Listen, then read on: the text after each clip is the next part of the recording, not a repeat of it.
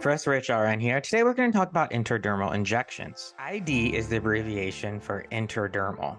So intradermal syringe sizes that we're going to be using. So the diameter is going to be 25 to 27 gauge. So that's going to be the circumference of the needle. So the smaller the number, the larger the gauge. So in this case, the 25 is going to be a little bit larger than the 27. Our needle length is going to be anywhere from 1/2 to 5/8 of an inch. And when we are injecting this medication or solution into a patient, we can want to do it at an angle of 5 to 15 degrees. Intradermal is going to be given into the dermis layer. So on your screen, you can see the injection is just going into that top layer of the dermis layer. It's usually going to be used for some sort of skin testing. If you think TB testing or allergies, those are all things that we can use intradermal for.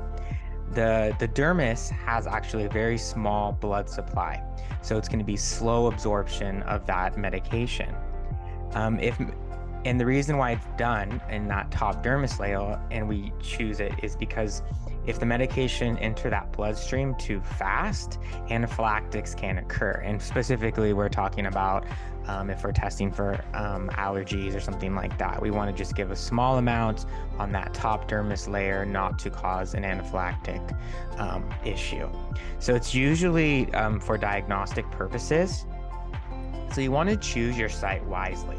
So as you can see on the screen there, the photo, the person has chosen an area that's not very hairless, it's not very pigmented, and we don't want to inject this bleb or wheal on top of a mole or any type of scars because it's not gonna work as well and provide faulty results. So you don't want to place it anywhere there's lesions or ecchymosis, or which is bruising, of course. We want to be able to administer this medication, and then if, say, it's a TB test, we want to be able to come back in 48 to 72 hours to see if something occurred. So we want to make sure we can find that site. For administration, we want to insert, as mentioned previously, at 5 to 15 degrees, and we always want to do the bevel up. What do I mean by the bevel up? Let's check a look at this next slide here. These are what the ends of the needles look like.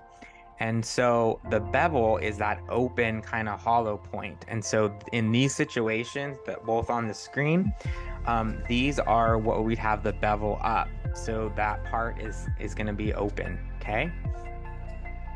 So we're going to look for that bleb, and that bleb is that little mosquito bite looking round thing, and that is what we call a bleb. If we inject the medication and there is no bleb, that means the medication has gone through the dermis into the subcutaneous tissue, and any results that we gain from this injection are not going to be valid. One important thing that you'll want to remember when you're giving an intradermal injection is that the solution or that medication order is going to be very minimal. You're not going to see a volume of, say, 10 cc's or 10 milliliters, or even 5 is rare. It's usually 0.1, 0.2. A very small amount of fluid is what an intradermal is going to be administered. So again, here's a look at your bevel here, and that bevel needs to be pointed up. Here's just a photo. They're cleaning the site, and then they're going to give the injection, and so you're going to go at 5 to 15 degrees, puncture the skin, and then inject your fluid, and you're going to get that little bleb or that looks like a mosquito bite, and it's going to be right there into the dermis. And that's all. So hopefully you enjoyed this video on intradermal injections. Go ahead and feel free to check out the one on subcutaneous as well as IM injections. Have a wonderful day.